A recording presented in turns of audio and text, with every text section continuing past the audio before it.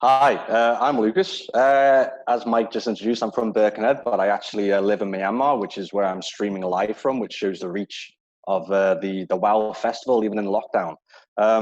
Also, as Mike said, I will be reading from my the story about the Dockers Dispute, which gives me a certain level of responsibility, considering that the WoW festival does has its genesis in the Dockers Dispute.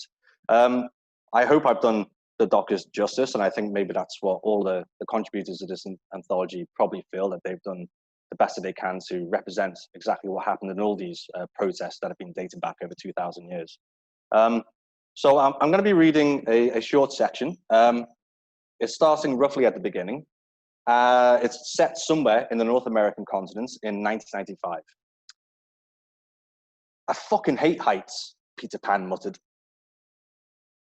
"We know, Lid," Jamjar answered. "Everyone knows. He ain't no Peter Pan. That's what everyone said first day you came on the books. Who ever heard of a docker afraid of heights?" "Then what am I doing up here?" Peter Pan peered through the thickened windows of the box at the top of the port control tower.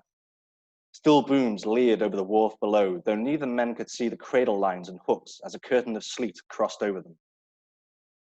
Somewhere below, standing to, floating onshore, untied, unable to berth, and held in place by a single tug, was the Poseidon. The curtain drew back for a brief moment. "That's why, Lid," Jamjar said. "Those pickets at home aren't working. We all know that. I've been in many fights, but none have gone as long as this. Nearly 3 months already. Alan was right. If we can't hurt them at the port, then we hurt them abroad." Peter Pan raised the collar of his coat around the nape of his neck and sunk lower into the plastic seat. Flecks of ice lacerated the box. "I know that. I was at the shop stewards meeting. What I meant is, why aren't I down there? John Michael must need some help.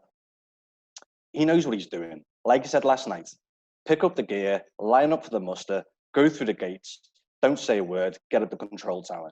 He'll do the rest. Police will come soon, no doubt. Some reporter from the local rag is down there too, John Michael promised." "So we just sit here and wait till then?" Peter Pan rubbed his gloved hands together. "I'm just saying, it's Baltic up here. You're not on your jollies, Lid. Never mind what some of them back home are saying. Every minute, every hour we stay up here is costing them money. Lads below ain't gonna go anywhere. That scab shit won't be worked on as long as we're up here." And Jamjar leant forward and heaved. He coughed, gasped, then spat on the metal floor. "You good?" Peter Pan asked, shifting in his seat to give Jamjar more space in the box. Though Peter Pan was taller, he was also thin, and his narrow shoulders and slight legs can turn and twist in a box more easily than the shorter and heavier man next to him. "Like you said, it's a cold, Lid, nothing more." Jamjar sat back in the plastic chair and wiped his mouth clean of the spittle that had caught on his chin. The two men sat in silence. "You got that letter?" Jamjar asked Peter Pan. "Not opened yet. She told me not to until it was time." "Time's now, Lid." Peter Pan reached into the pockets of his trousers. The single piece of paper had curled and creased in the days since he had left Liverpool. He'd kept his promise and not looked at it. "Read it to me," Jamjar said. "It'll be good to hear her." Peter Pan took the paper from his pocket. It was still dark, so he held the letter close.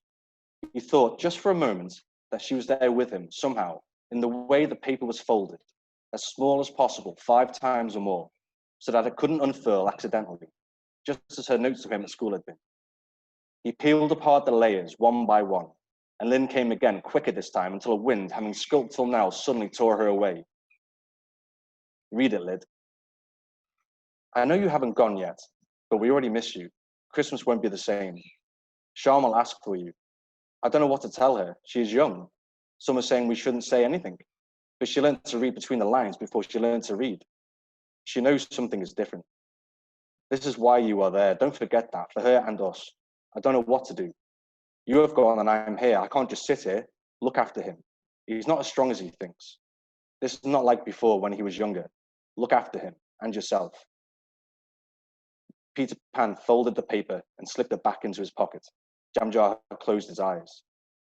Somewhere below, blue lights flashed and men started shouting.